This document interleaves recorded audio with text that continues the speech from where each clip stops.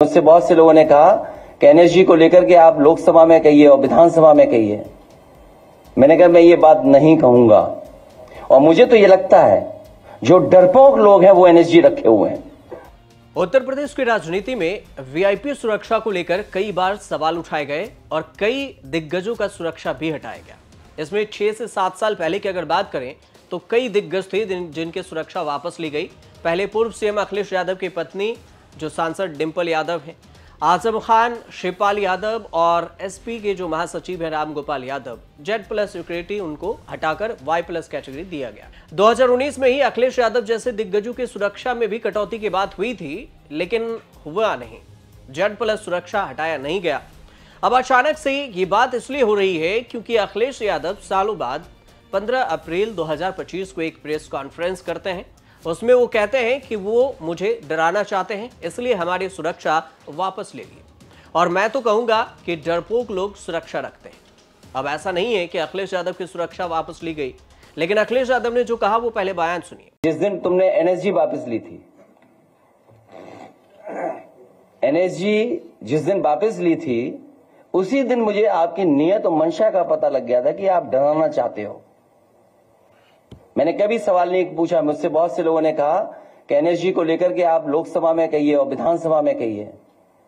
मैंने कहा मैं ये बात नहीं कहूंगा, और मुझे तो ये लगता है जो डरपोक लोग हैं वो एनएसजी रखे हुए हैं। जो डरपोक लोग हैं वो एनएसजी रखे हुए हैं। मैं तो कहूंगा कि एनएसजी वापस दे दें, वो लोग भी वापस ले लें। और हम लोग महाराजाओं के खिलाफ नहीं है। महाराजाओं की कोई जाति नहीं होती, राजा की कोई राजा की जाति नहीं होती। अब अखिलेश यादव का ये बयान एक तरफ और दूसरी तरफ अगले ही दिन गोली मारने की धमकी का मामला सामने आ गया।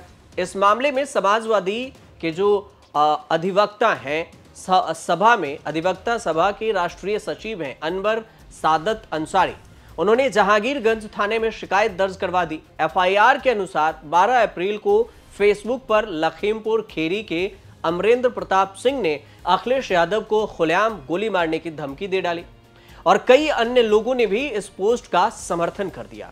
इसके बाद राष्ट्रीय सचिव अनवर सादत अंसारी ने आरोप लगाया कि यह एक पूर्व नियोजित प्रयास है जो सार्वजनिक शांति और सामाजिक सौहार्द को बिगाड़ने का प्रयास है। एफआईआर दर्ज करवाई गई और सब इंस्पेक्टर विनोद पांडे को यह एफआईआर दी गई। तहरीर में धमकी देने वाले व्यक्ति के खिलाफ मुकदमा दर्ज करने की मांग भी की गई। अंसारी ने यह कहा कि देश की तीसरी बड़ी पार्टी के नेता को इस तरह धमकी बर्दाश्त नहीं की जाएगी। इसके बाद सपा ने केंद्रीय गृह मंत्री अमित शाह को पत्र लिखकर पार्टी सुरक्षा और उत्तर प्रदेश के पूर्व मुख्यमंत्री अखिलेश यादव को दिए गए सुरक्षा कवर के स्तर को बढ़ाने की मांग की। पार्टी ने कहा कि उनके नेता को Z+ सुरक्षा कवर प्रदान किया गया है, जो कि पर्याप्त नहीं है। पहले उन्हें एनएसजी की भी सुरक्षा थी, जो कि एनएसजी की सुरक्षा हटा दी गई। अब अखिलेश यादव की जो सुरक्षा है उसको लेकर पहले भी सवाल उठाए गए थे और अब एक बार फिर से उनके सुरक्षा को लेकर सवाल उठ रहे हैं। Z+ से एनएसजी सुरक्षा की मांग की जा रही है और भारत में आमतौर पर 5 तरह की वीवीआईपी सुरक्षाएं दी जाती है लोगों को। Z+, Z, Y+, Y और X की सुरक्षा होती है। Z+ सिक्योरिटी की अगर बात करें तो भारत में Z+ सुरक्षा सर्वोच्च श्रेणी की सुरक्षा मानी जाती है। Z+ सुरक्षा में संबंधित व्यक्ति के पास 10 से ज्यादा एनएसजी कमांडो और पुलिस कर्मी समेत 50 ट्रेंड जवान होते हैं और इनकी तैनाती होती है। ये सभी कमांडो 24 घंटे व्यक्ति के चारों तरफ पैनी नजर रखते हैं। सुरक्षा में लगा हर एक कमांडो मार्शल आर्ट का स्पेशलिस्ट होता है और इसके साथ ही इस जत्थे में आधुनिक हथियार भी होते हैं। भारत में Z+ सुरक्षा पाने वालों में प्रधानमंत्री नरेंद्र मोदी, गृह मंत्री अमित शाह, यूपी के सीएम योगी आदित्यनाथ, आरएसएस के प्रमुख मोहन भागवत समेत कई बड़े चेहरे शामिल हैं।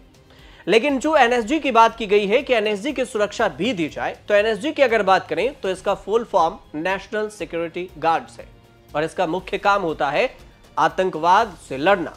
इसका आदर्श वाक्य है सर्वत्र सर्वोत्तम सुरक्षा। इसका गठन 1984 में ऑपरेशन ब्लू स्टार के बाद किया गया था। फिलहाल एनएसजी कमांडो की सुरक्षा की अगर बात करें तो Z+ एनएसजी की सुरक्षा उत्तर प्रदेश के मुख्यमंत्री योगी आदित्यनाथ को, बसपा सुप्रीमो मायावती और केंद्रीय रक्षा मंत्री राजनाथ सिंह, इन सभी को मिला हुआ है। इसके अलावा जम्मू कश्मीर के पूर्व मुख्यमंत्री और डीपीएपी के अध्यक्ष हैं Ghulam Nabi Azad, national conference NC के अध्यक्ष हैं फारूक अब्दुल्ला और आंध्र प्रदेश के मुख्यमंत्री टीडीपी के अध्यक्ष हैं एन चंद्रबाबू नायडू को भी एनएसजी कमांडो द्वारा सुरक्षा प्रदान किया गया है। हालांकि अभी तक किसी तरह का आधिकारिक बयान नहीं आया है, नहीं आधिकारिक घोषणा की गई है कि अखिलेश यादव को Z+ सुरक्षा के साथ साथ एनएसजी कमांडो की सुरक्षा भी उन्हें दी जाएगी या फिर नहीं। लेकिन यह भी समझिए कि Z+ सुरक्षा और एनएसजी की कमांडो की सुरक्षा, ये दोनों सुरक्षा अखिलेश यादव को तैनाती की गई थी, एनएसजी की सुरक्षा में थी। लेकिन बाद में इन दोनों में से एनएसजी कमांडो को सुरक्षा से हटा लिया गया अखिलेश यादव की, और अभी उनके पास सिर्फ Z+ सुरक्षा ही तैनात है।